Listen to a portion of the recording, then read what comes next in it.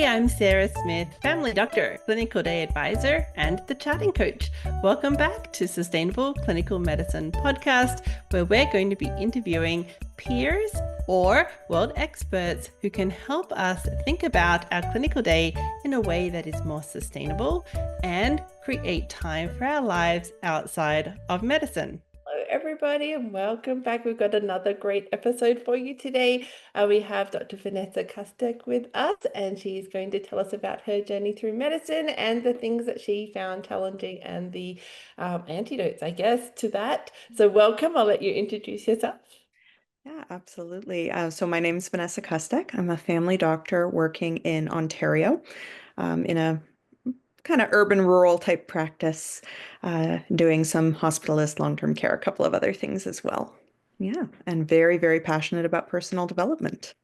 Very good. Yeah, that rural generalist flavor to this career. So tell us about your journey through medicine. What were some of the highlights, the challenge reel? What have you got going on? Yeah.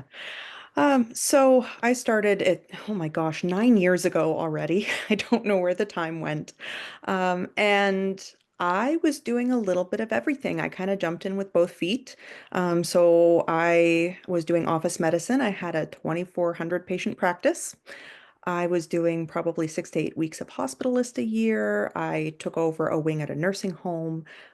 Also decided to step into a chief hospitalist role. I was teaching. I did a year-long dermatology certificate. So I was all in from the beginning. And this was probably within the first 2 years. I used to have a running joke with myself that I was striving for work-work balance because I was just trying to balance all my work with all my other work.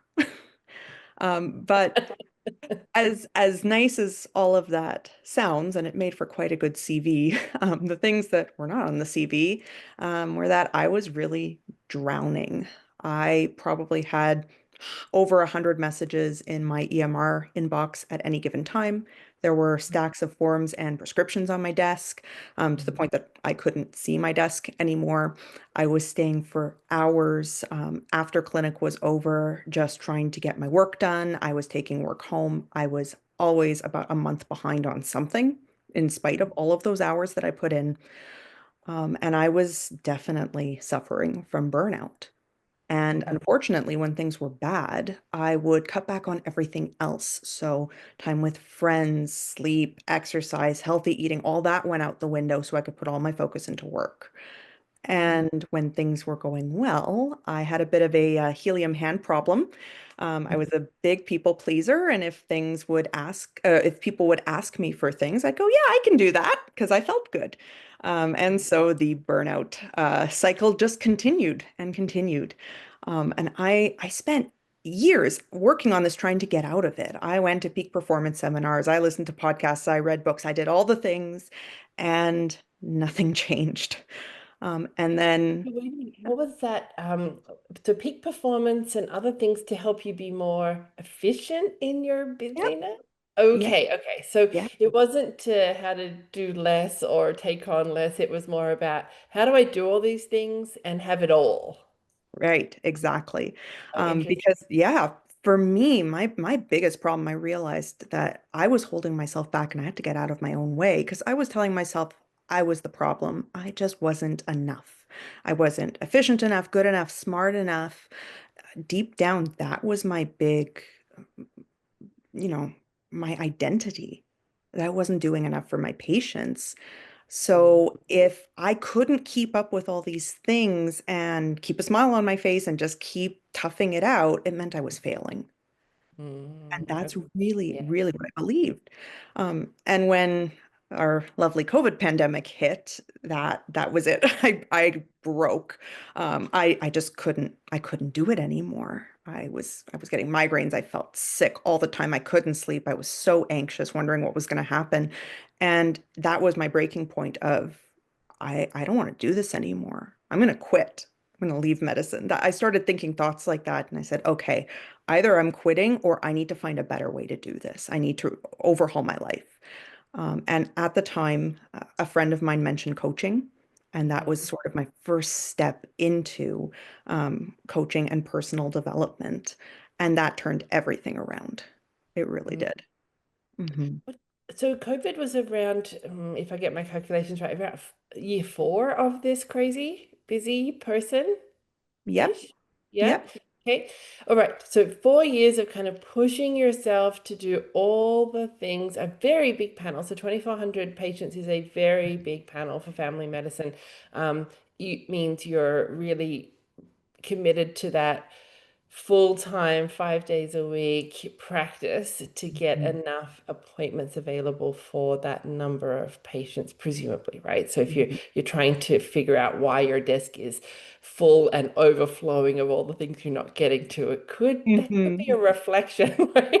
Oh, yes. Oh, And then yes. you've got the in charge of some of the hospital department, and you've got the hospitalist work and things like that. Okay.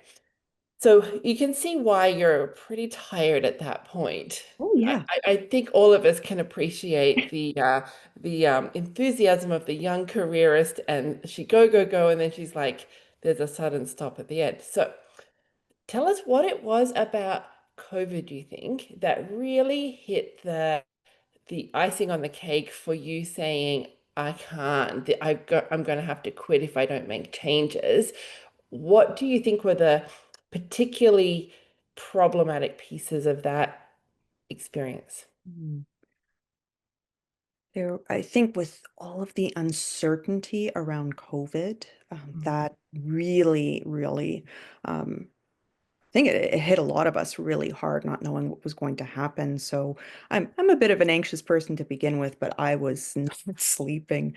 I started feeling all the physical symptoms of my anxiety, so I felt lousy. And because I was so involved in so many things, everything ramped up. So suddenly it was, okay, we got to figure out how to do telephone medicine. And I'm going to go cover the hospital because my colleague's pregnant and she can't go, so I'll go. And there was a point I remember where I was going to 10 meetings a week, Mm. none of them during clinic hours, lunchtime, first thing in the morning, end of the day, Mhm. one after another, talking about all the worst case scenarios of what could happen. Um, and just to make myself feel better, I was doom scrolling and reading Mhm. every negative thing that could possibly happen to a person if they got COVID. So I was not setting myself up for success at all. Yeah, yeah. And it's important to realize what was that. And at the beginning of COVID, you're right, there was a lot of information. So we're doing all of our forums about what are you seeing at your place? What are you seeing at your place? How are you setting yourselves up so you don't get sick yourself? And how are you doing medicine in a way that we can still look after our patients, but in a safe and a safe way for them? And then we're also figuring out, can we get enough PPE? Can we keep ourselves safe? So all the things that you used to do, which was all the time you used to spend just trying to figure out how to keep the day-to-day flowing, you're now adding another 5 hours of work to that in how do I Yes. keep myself safe? How do we keep everybody safe? How do we do hospital in a different way? Yeah. Okay. All right. Hmm. Things to read, lots and lots more information coming down the hatch. And that was just a tipping point because there wasn't any extra time for sleep anyway. No, And now you're no. adding anxiety and 5 more hours of work to every day. Got it. Exactly. Okay. So that's enough to say I got to quit. Okay. Hmm. You Hmm. said, I've got to figure this out. I'm going to have to leave. All right. So a lot of our listeners are perhaps at that point, not because of COVID, but just because this has been a long and hard journey and they're doing a lot too much all the Yeah. time. Yeah. Yes. Okay. So Hmm. you said, I'm going to have to quit or I'm going to have to figure this out. And then your friend said, hey, coaching. So tell us what that looked like for you. What was this coaching thing that you'd heard about that you started to do? What did it look like at the beginning? Yeah. So that coaching that I did at the time was a lot around mindset, goal setting, that sort of thing. And when I started, I really did have this sort of drink the Kool-Aid moment where it was like, okay, this is a little bit out there. This is different. Never learned about this in medicine ever. I'm just going to take it on faith and try it because what do I have to lose? And really kind of forced me to look at my thoughts a little bit and what I was spending my time thinking about, what my beliefs were about myself. So, not being good enough, about the system. Oh, it's too hard. There's too much work. All these different things. And the main thing for me was learning to prioritize myself, to Mm-hmm. realize we only get one shot at this as far as we know. So if this is my life, what do I want it to actually look like? And I learned to let go of the guilt and let go of some of the negative maybe coping habits, negative thoughts, negative things that were going through my head to be able to have my priorities and my well-being come to the forefront. Mm. Tell Yeah. us some of those early priorities. What were the things that you put into place to look after you? I think, well, one of the first things was learning to say no and take things off my plate. Yeah. So You let I'm good. very happy to say I do not have 2,400 patients anymore. That that cut down a bit. But even realizing the number of things we say yes to because we feel like we should or we have to, or somebody thinks we'd be a good fit, or we get voluntold to do something. Um, I realized, I can have my priorities at work, the things I want to work on, the things I'm passionate about, and focus on that and say no to everything else. Because when we say no or when we say yes to something, we're saying no to something else. Mm, I mm, realized I was still saying no just to myself and my needs and my well-being. mm-hmm. Yeah. Got it. Okay, yeah. So Mhm. yes, everything has a time cost. So every hat you wear, every role you take on, every patient you take on has a time cost to you. And if we don't have enough uh, hours in the day, then we're going to cutting back, like you said, on the exercise, on the sleep, on the looking after you, on good nutrition, all of the other pieces. Yeah, Mhm. got it. Okay. Um, Tell us more about what you learned on that journey. How did your practice change? What looked different about your Yeah. So, like I was saying, mindset was a huge piece. Realizing that the self-criticism, self-blame, or criticism and blame of others was not helping anything and not moving anything forward. Being able to rewrite my story, set very clear goals about what I wanted for my life, and start working towards that. So, I'm just smiling thinking about it. Way at the beginning, I didn't even think about dating. I'm like, I don't have time for that. And Mhm, I actually wrote out at one point a life script. What does my life look like in my ideal vision in my head? And I wrote my husband down. I pretty much wrote him out and the life I wanted to have, and I met him. I took the steps and took action, and that was the big thing, realizing this is what I want to work towards. Now, what action steps can I take to start moving in that direction? And then things started happening and opportunities started coming. So I met my husband. We bought a house in Stratford, which is where I was and wanted to live. We have a baby now. I got my work under control because once I stopped feeling guilty, I think was a big one, and self-critical, and put that to the side and said, you know what? Patients are allowed to be angry. I'm not responsible for that. I can do my best for them. I don't have to get upset if they're upset. Um, and once I was doing things to take care of myself, taking things off my plate, so all these extra things I didn't need to be doing, then I was able to start putting in, efficiency tools and things like that for work. So your coaching actually was paramount in that for reorganizing my office mhm, in terms of the workflow and utilizing everybody to the best of their abilities and getting rid of, sort of duplicate work or extra work that could be done simpler. So I went from I was easily spending 1, 2, 3 hours after work, sitting at work, taking stuff home on weekends, going on vacation and checking my EMR, to mhm, I walk out, half an hour after my last patient, an hour after my last patient at most. All my work mhm. is done always, all my prescriptions, all my referrals, all the paperwork. I never work weekends. I never take anything on vacation. It's fantastic. That's so good. That's a fantastic story. Okay, we're going to pause and go rewind. Okay, so here's busy, busy, busy, busy doing everything, saying yes to all the things, and now you're dating. Mhm. I love Yeah. this. Okay, so tell us the things because there's people out there that are putting life on hold, like literally life on hold, not even looking for life partners because work has used up every available space. And so we know that this medicine thing is all consuming if you let it. Yes. one of my most favorite lessons that I learned, and I have shared it here on the podcast before, was on our intake week in internship in Australia. So this is internship. This is like year 7 of your degree if you're coming straight out of high school. Um, Hmm. the first year you're getting paid and you're in the hospital system. And our wonderful Phil Hungerford, ICU doctor, says, I take Fridays off to go play in a band. And here's the thing, medicine's a big, long, black tunnel that will never end and will consume everything unless you actually get out of the tunnel for a minute and do the things you want to do. Like, oh, that's so interesting. I've never heard anyone say that about medicine before, that it's all consuming and it will steal everything.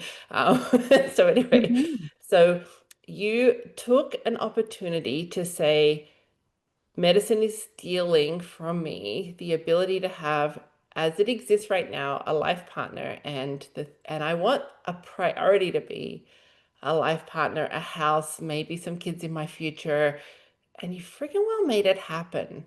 Hmm. Like that's fantastic. And people need to hear that story. So I want you to pause for a minute and with what you're willing to share, tell us how the dating thing happened and how the writing stuff down made things happen. Like give us a little bit more there. Sure. Yeah. It was such an interesting exercise to be writing things down, and it was very, big dream, big vision, whatever you wanted. Nobody else ever saw it. It was my own thing. So I was able to think about all the qualities that mattered to me, all the things that were important, and even, somebody who loves animals and somebody who's, very supportive and caring and all these different things. I actually took my script and recorded it and would listen to it in the car on my way to work every morning. Wow, that's so cool. Yeah. And our thoughts are powerful. Like the things that we tell ourselves and the things we're exposing our brain to, that has a big impact. So not only was, the stuff about my life partner in the script, but also stuff about me, how I wanted to show up. So I Mhm, want to be confident and happy and joyful and spontaneous and creative. And I want to be that funny, sarcastic rock star person that shows up. When those moments where maybe you're out at a bar or you're somewhere with your friends and you're just having the best time, you're living your best life and you feel so great and like mhm, such a rock star. Like that was what I would write in my script. That's how I want to show up. That's how I want to feel. And listening to that every day and embodying that and feeling that, it's like, okay, that's how mhm, I'm going to approach relationships, anything else in my life. I'm going to show up like that, which was a complete difference from before where it's, am I going to find someone? Do I have time? What if they don't like me? Again, all these thoughts because I wasn't enough. mhm, So mhm, actually getting over that to be able to show up the way I wanted, it made all the difference. And tried online dating. So mhm, that was how we ended up meeting. And he was the second person I went out with, funny enough. And we actually met here in town, took a walk around the lake. It was just lovely and it felt easy and natural and so much fun and met up again and again and it just kept going. mhm, And it was kind of neat that he had also done some work for himself to figure out, what he wanted and his priorities and to work that sort of thing out. So we also both came into it knowing these are our values, this is what matters to us, this is what we're looking for. And we were able to figure out pretty quick, like, yeah, this is a good fit. Yeah. Wow. Very, Um, very cool.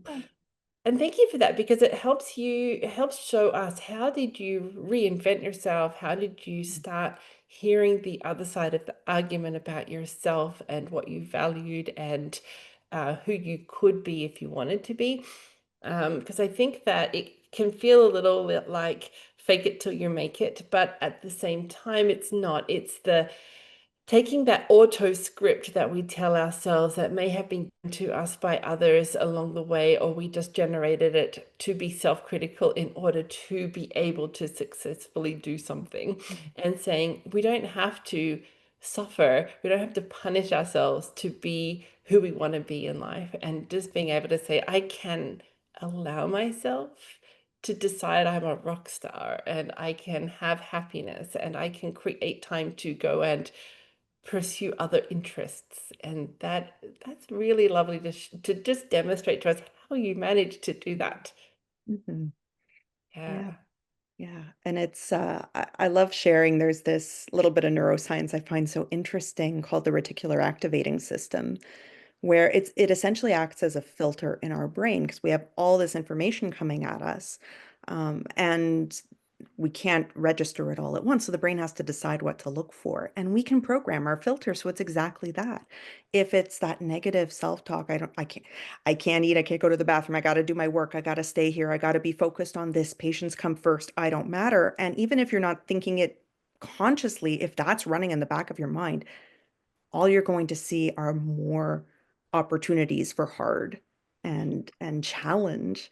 Whereas if you start retraining your brain, and the example I like to use is if you want a new car and you decide you want I don't know, a Mazda 3, suddenly you see them everywhere. You've changed what your brain is focusing on.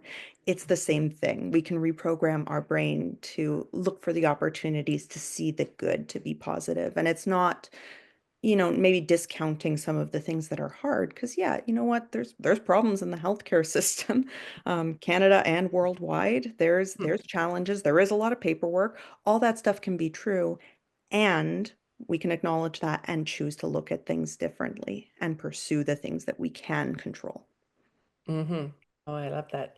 I think the one of the examples of this is your Facebook algorithm. If you're on Facebook, what Mhm. you are interested in will keep showing up Yes. for you.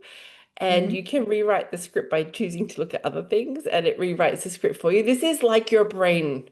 Yes, Okay, you've exactly. already your brain does the same thing for you when you're looking for evidence of why this is so hard. Mm. You will find Yes. it. And when you're Yeah. looking for when you're looking for time to date, for instance, when you say, I want to create time, you can freaking go and do that too, which Yeah. is so fun that you Yeah. can actually reset the script, reset the filters in your own head, even now, even though you've been doing life for a long time.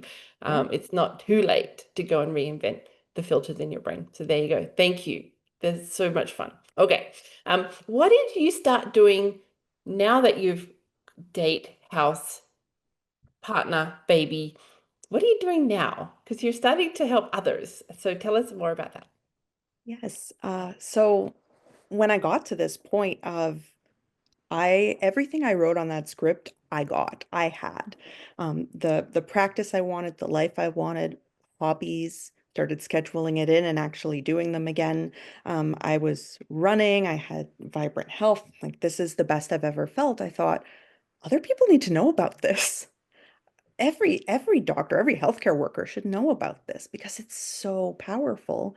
And that shifted my journey from focusing on myself, my team, and sort of the people immediately in my circle to I want to share this. I want to spread this so that more people know about coaching, more people learn about these tools that really nobody taught us, and Mm. we can start undoing. Some of the teaching, some of the culture in medicine, some of the hard and the difficult, and actually thrive in medicine and love our jobs again. Mm-hmm. Yeah. Love that. Yeah. What are some of the things that you've noticed as you're helping others and that tools that have helped? Yeah, so I think the big ones, mindset is huge. A Mm-hmm. lot of people, whether it's dating, whether it's work, the number of people I've seen who have these fantastic CVs and they go, I just don't do enough. I'm not that accomplished. Oh, that other person, it's that comparison game. It's unbelievable. So that, imposter syndrome, it's like everybody's so freaking amazing and doing such great work, and we're all doubting ourselves. We don't need to do that. We don't need to Mm-hmm. do that. So shifting to, what would serve you better, actually Mm-hmm. challenging that and noticing it, because most people don't even realize they're doing it. So that's a Yeah. big one. And then honestly, taking things off your plate.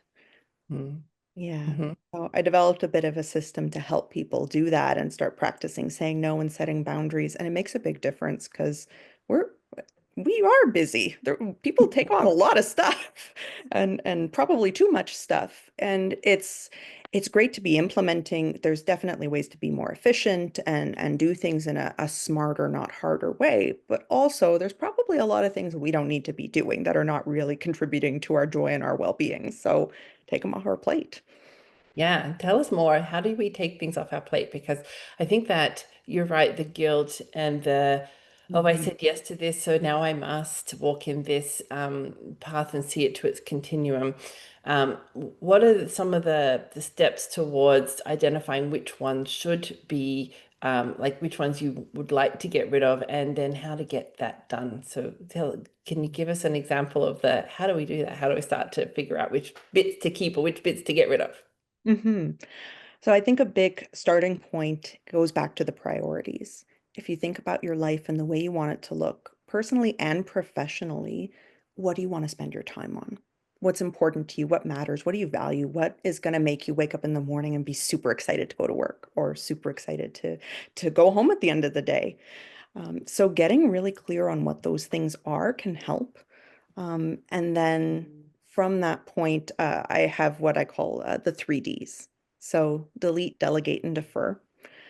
So you can start to ask yourself, are there things I can take off my plate that I can either delete, that I can delegate to somebody else, or that I can defer because it doesn't need to be done right now?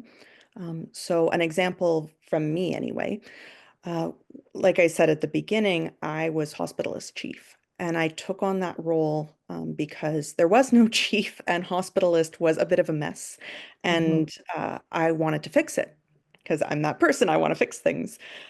So after I think 3 years, me and others had sort of reinvented our hospitalist system. We had more doctors on call at a time. It just worked a lot better. That was the main goal that I signed up for. And when I started coaching, I was still doing that role. So when we looked at, well, what could I take off my plate? Mhm. My coach asked me, list all the things that you're doing. If there were one thing you would quit, if you had to pick one to quit, which one would it be? And I said, Mhm. well, my hospitalist chief role.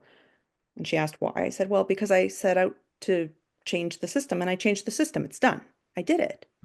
She said, Mhm. okay, why are you still doing it?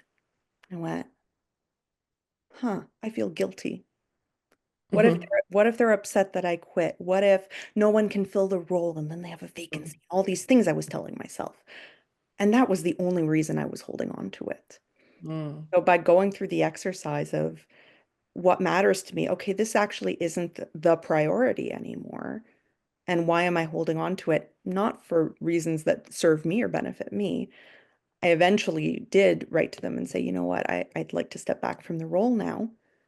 And all of those thoughts, all these things we tell Mhm. ourselves, right? What did they actually say?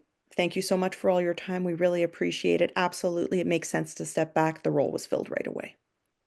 Wow, look at All those that. objections in my head, they were not real. They were not real.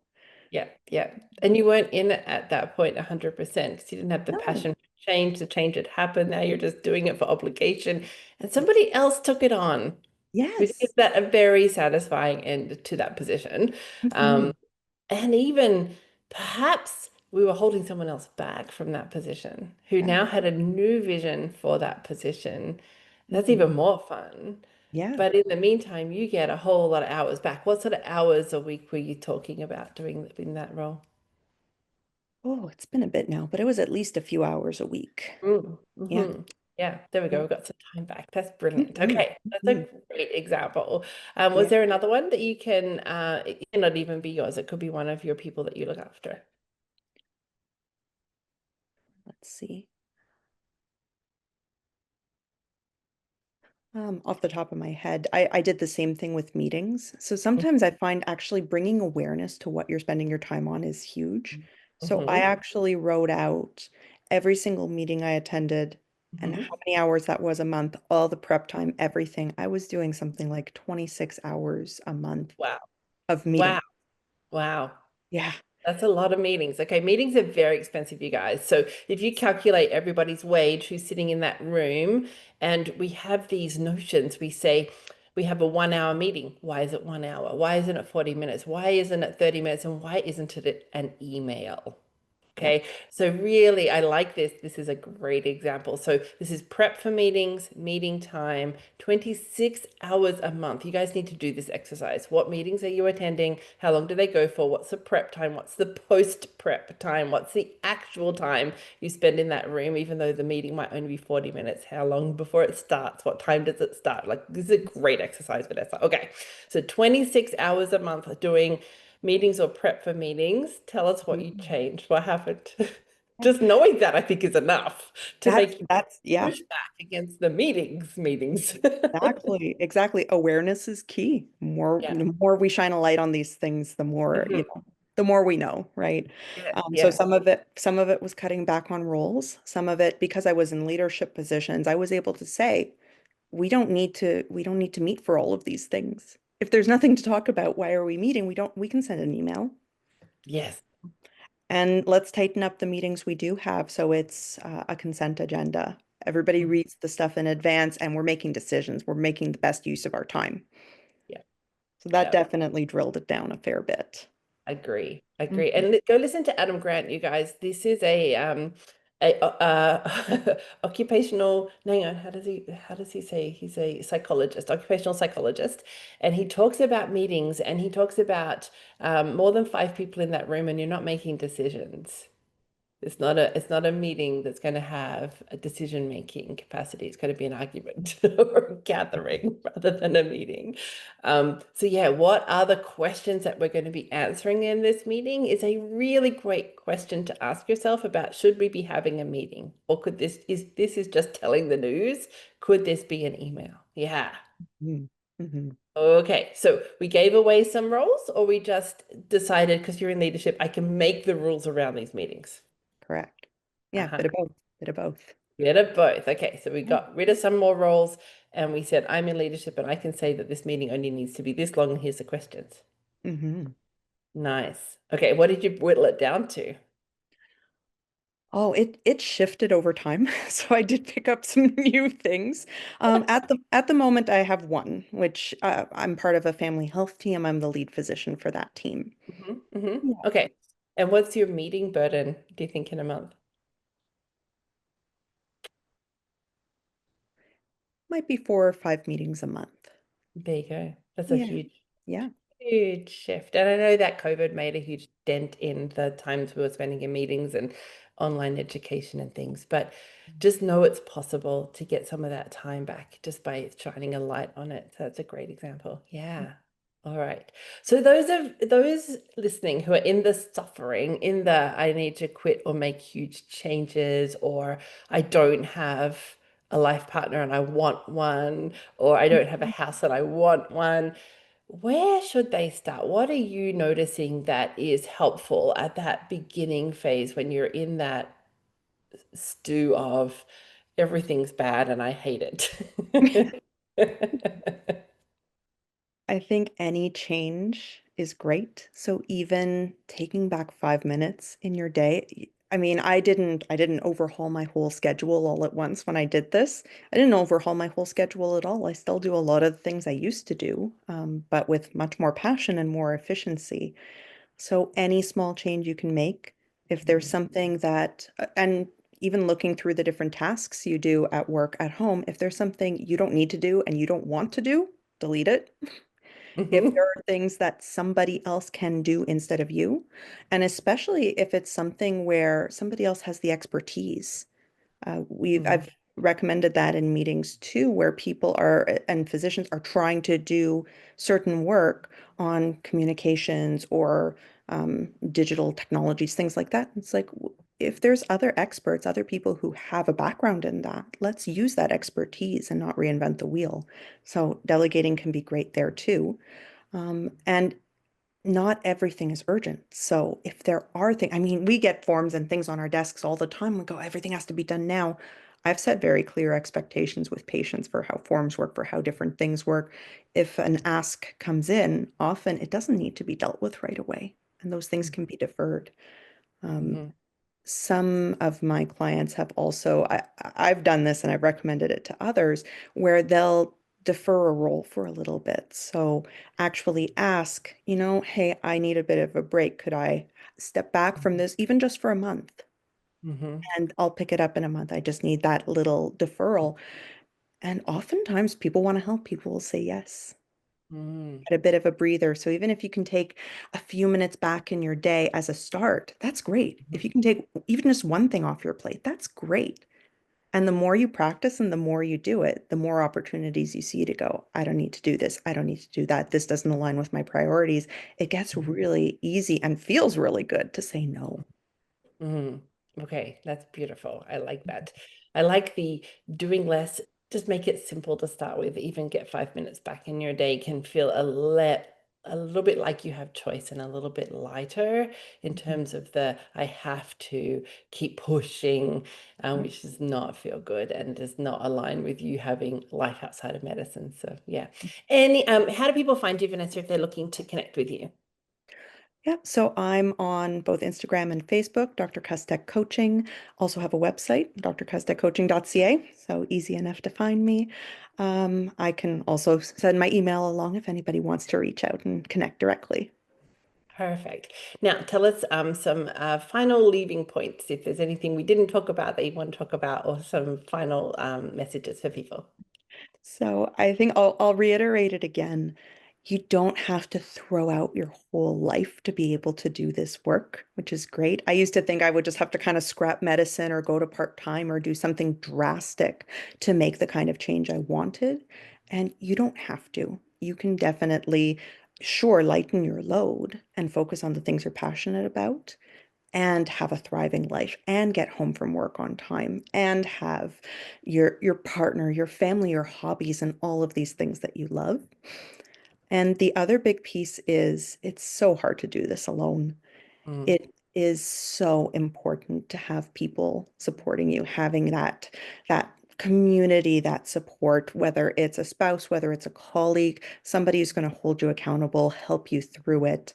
There are mentors and coaches and all sorts of people out there. So as much as possible, doing it with somebody who can help you and support you is so critical.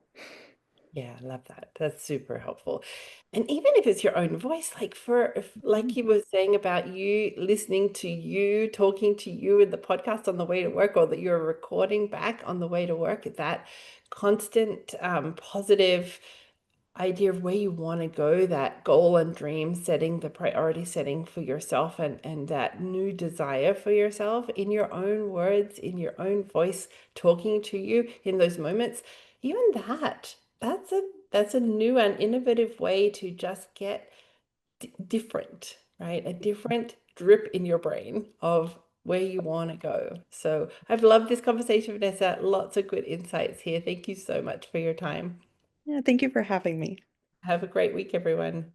Hey, if you found this podcast episode helpful, I would encourage you to like and subscribe. Every time you do, you help a colleague or friend find our podcast, and it can help them too. Don't forget to share it along with your friends. If you're looking for extra help, don't forget we have charting champions for physicians and smarter charting for nurse practitioners and other clinicians to help you get home with your work done. We are helping you create sustainable clinical medicine. Thanks for listening.